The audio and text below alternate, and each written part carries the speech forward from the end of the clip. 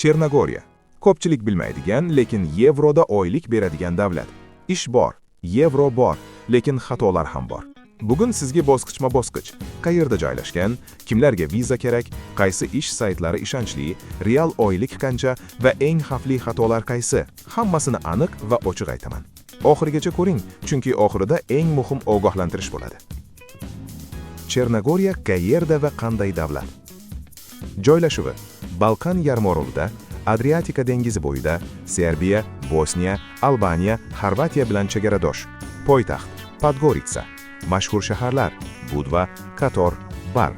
Muhim fakt: Chernogoriya Yevropada joylashgan, lekin Yevropa ittifoqiga hali to'liq a'zo emas.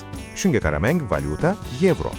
Turizm kuchli, qurilish, xizmat ko'rsatish, mehmonxona sohalari rivojlangan.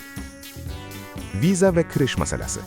Ba'zi davlat fuqarolari qisqa muddat vizasiz kirishi mumkin, lekin ishlash uchun albatta ish beruvchi chaqiruv xati, ish ruxsatnomasi, vaqtinchalik yashash ruxsati. Ogohlantirish: vizasi yo'q holda ishlash bu jarima yoki deport xavfi. Ishlash uchun to'g'ri yo'l: ish topish, shartnoma, ish ruxsatnomasi, yashash hujjati. Qaysi soha va qancha oylik? Eng ko'p talab qilinadigan sohalar: qurilish, mehmonxona va restoran, tozalash xizmati, haydovchilik, ombor ishchilari. O'rtacha oylik 600 ming yevro, sohaga qarab. Yashash xarajatlari: ijara 250-500 yevro, oziq-ovqat 150-250 yevro.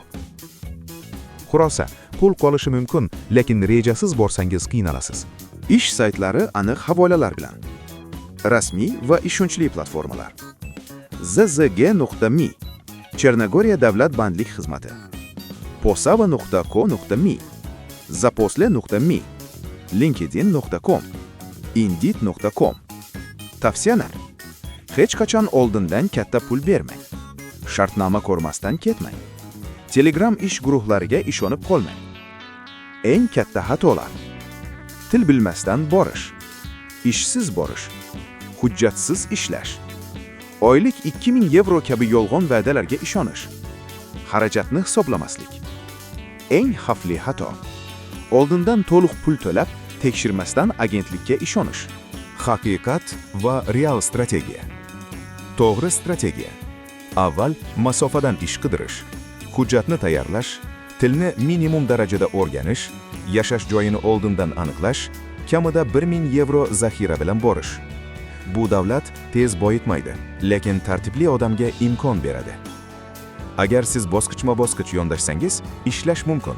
Agar shoshilsangiz, aldanasiz. Keyingi videoda kam odam biladigan va ko'p kishi chetga qoldirgan boshqa davlat haqida bo'ladi. Uni ham ish sayti va ma'lumotlarni to'liq tahlil qilamiz. O'tkazib yubormang. Video foydali bo'lsa, like bosing, kanalga obuna bo'ling.